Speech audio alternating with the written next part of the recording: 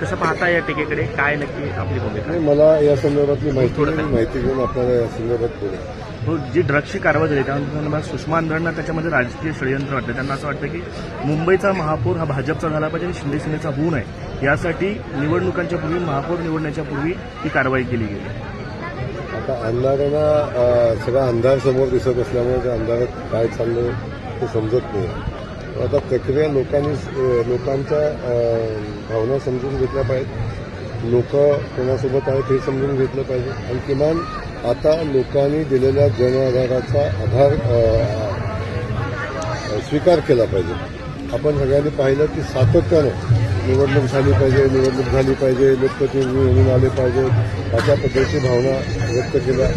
त्यानंतर अनेक वेळा व्यक्त केलं की लोकांच्या जनभावनेचा आदर केला जात नाही, लोकांच्या मताचा आदर केला जात नाही.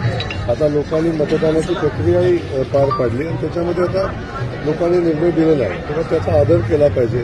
जर सुषमाताई लोकशाही मानत असतील, भारतीय राज्यघटना डॉक्टर बाबासाहेब आंबेडकरांची मानत असतील, तर त्या या सगळ्या घटना स्वीकारतील, निकाल स्वीकारतील आणि आता जी परिस्थिती मुंबईसमोर आणि राज्यातल्या सगळ्या शहरांच्या समोर आणि राज्यासमोर आलेली आहे ती सगळी स्वीकार.